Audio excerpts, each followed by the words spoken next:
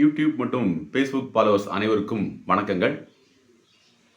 நாம் இன்னைக்கு இந்த பதிவில் இயற்கையாகவே கருவுறுதல் அதை பற்றி உள்ள ரகசியங்களை பார்க்க இருக்கிறோம்.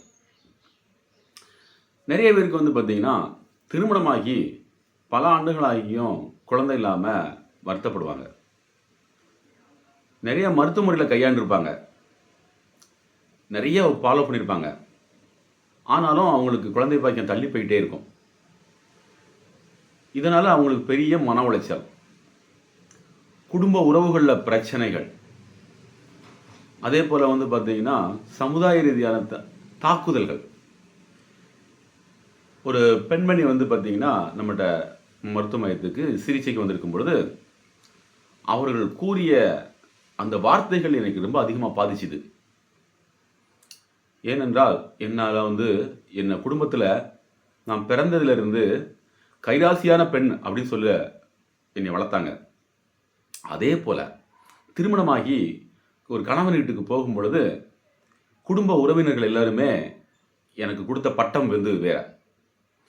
அதே போல் சுப நிகழ்ச்சிகளில் கலந்து கொள்ள முடியாமல் படக்கூடிய அவதிகள். ஏதாவது ஒரு குழந்தைய பார்த்தா கூட கொஞ்சம்னு ஆசை இருக்கும், ஆனால் குடும்ப உறவுகள் அதை தவிர்க்கிறது. அதனால் நான் அழாத நாளே கிடையாது அப்படின்னு சொல்லி அந்த பெண்மணி அவங்களுடைய மன கஷ்டத்தை வெளிப்படுத்தினாங்க.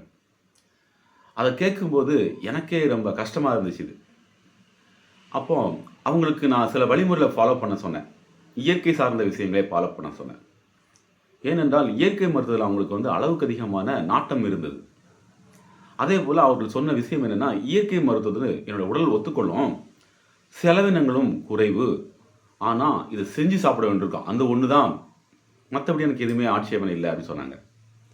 அந்த பெண்மணி கூறியது போல் இயற்கை மருத்துவத்தின் மூலமாக நாம் அவர்களை சரி செய்து கொள்வதற்கான வழிமுறைகளை கூறினோம். அந்த வழிமுறை நான் என்ன பயன்படுத்தினேன், அவங்க என்ன பயன்படுத்தினாங்க அப்படிங்கிற பற்றி இந்த வீடியோ தொகுப்பில் நம்ம முழுமையாக பார்க்க இருக்கோம். நம்ம புதுசாக சேனலை பார்க்குறவங்க சப்ஸ்கிரைப் பண்ணிட்டு பாருங்கள். இதுபோல் பல நல்ல மெடிக்கல் சம்மந்தமான விஷயங்கள் வந்து கொண்டே இருக்கும். அதாவது முதல்ல அந்த பெண்மணியோட வயது என்னன்னு கேட்டிங்கன்னா 38 வயது ஆச்சுது. தைராய்டு பிரச்சனையில் அவதிப்பட்டிருக்கிறாங்க. அதனால் நிறையா மருந்துகள் எடுத்துக்கிறாங்க. அதுக்கப்புறம் பார்த்தீங்கன்னா உடல் கொஞ்சம் சற்றே பருமன் காணப்பட்டது. உடல் சாதாரண பிஏஎம்ஐலேருந்து அவரோட உடல் பார்த்திங்கன்னா கிட்டத்தட்ட ஒரு 12 கிலோ வரைக்கும் வெயிட் அதிகமாக இருந்தாங்க. அதுக்கப்புறம் பார்த்தீங்கன்னா மாதந்தோறும் வரக்கூடிய கழிவுகள், மாதாந்திர கழிவுகள் அவர்கள் வெளியேறவே இல்லை. அது 2 மாதத்துக்கு ஒரு முறை, 3 மாதத்துக்கு ஒரு முறை அப்படி தான் அவங்களுக்கு வெளியேறிச்சுது. அதுக்கப்புறம் பார்த்தீங்கன்னா அவர்களுக்கு பார்த்தீங்கன்னா எப்போதுமே உடல் சோர்வாகவே இருக்கும், படுத்து தூங்கணும் போலவே இருக்கும், ரெஸ்ட் எடுப்பாங்க, ஓய்வு எடுப்பாங்க. உணவு பார்த்தீங்கன்னா நினச்சா சாப்பிட்றது, இல்லை அவங்க கவலைப்பட்டுக்கிட்டே இருந்து போகிறது. அப்போ அவரோட அவரோட கவலையை போக்கணும். முதல்ல ஹார்மோனை சரிப்படுத்தணும். இதுக்கு பார்த்தீங்கன்னா இயற்கை மருத்துவத்தில் மல்லிகை பூக்கள், மல்லிகைப்பூ பார்த்தீங்கன்னா ஹைப்ரிட் வெரைட்டி கிடையாது, நாட்டு மல்லிகைப்பூ. நாட்டு மல்லிகை பார்த்தீங்கன்னா பெண்கள் தினமும் வைக்கணும். அப்படி தினமும் வச்சுட்டு வந்தாங்கன்னா அந்த பெண்களுக்கு இயற்கையாகவே அந்த பூவின் மனம் உள்ளே போய் ஹார்மோனை சமப்படுத்தும். அதுக்கப்புறம் பார்த்தீங்கன்னா சீத்தாப்பழம். சீத்தாப்பழம் பார்த்தீங்கன்னா நல்ல அற்புதமான ஹார்மோனை சமப்படுத்துறதுக்கு, தைராய்டுக்கு நிறைய பலனளிக்குன்னு சொல்லி இயற்கை மருத்துவம் நிறையா ரெஃபர் பண்ணுறாங்க.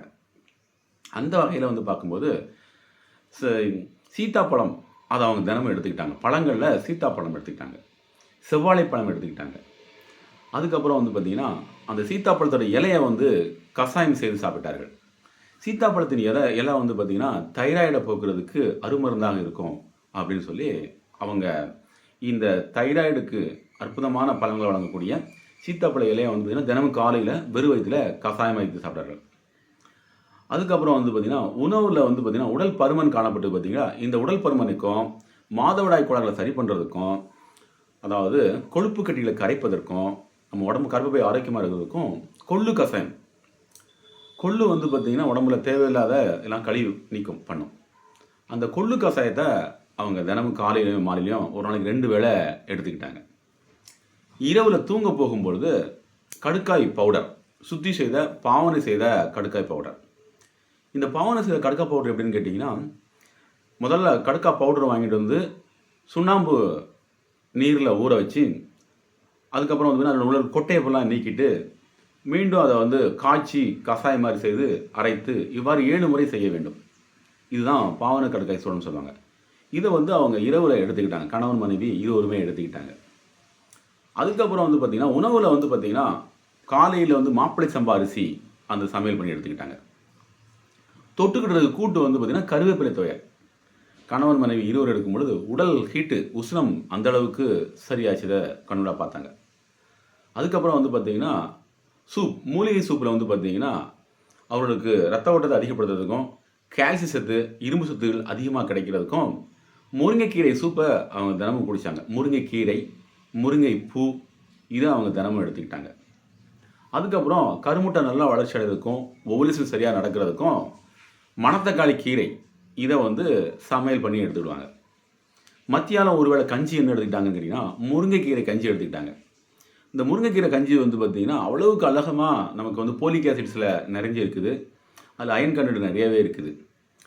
இதை வந்து நம்ம வெறுமனே வந்து அவங்க எடுக்கிறதுக்கு போல அந்த ஒரு சமையல் பண்ணி எடுத்துக்கிட்டாங்க. மத்தியானம் உணவாகவே எடுத்துக்கிட்டாங்க. அதாவது அந்த கஞ்சி மாதிரி ஒன்று எடுத்துக்கிட்டாங்க. இதுக்கு தொட்டுக்கிட்டு கூட்டு என்னன்னு கேட்டிங்கன்னா கருவேப்பிலை துவையல், அதே போல் நல்லா புதினா துவையல், மல்லி துவையல். இந்த துவையல் ஏதாவது ஒன்று மாற்றி மாற்றி தினமும் எடுத்துக்கிடுவாங்க. இரவில் தூங்க போகும்போது பார்லி கஞ்சி, பார்லி வந்து பார்த்திங்கன்னா அற்புதமாக அவங்களுக்கு நல்லா பலன் கொடுத்தது.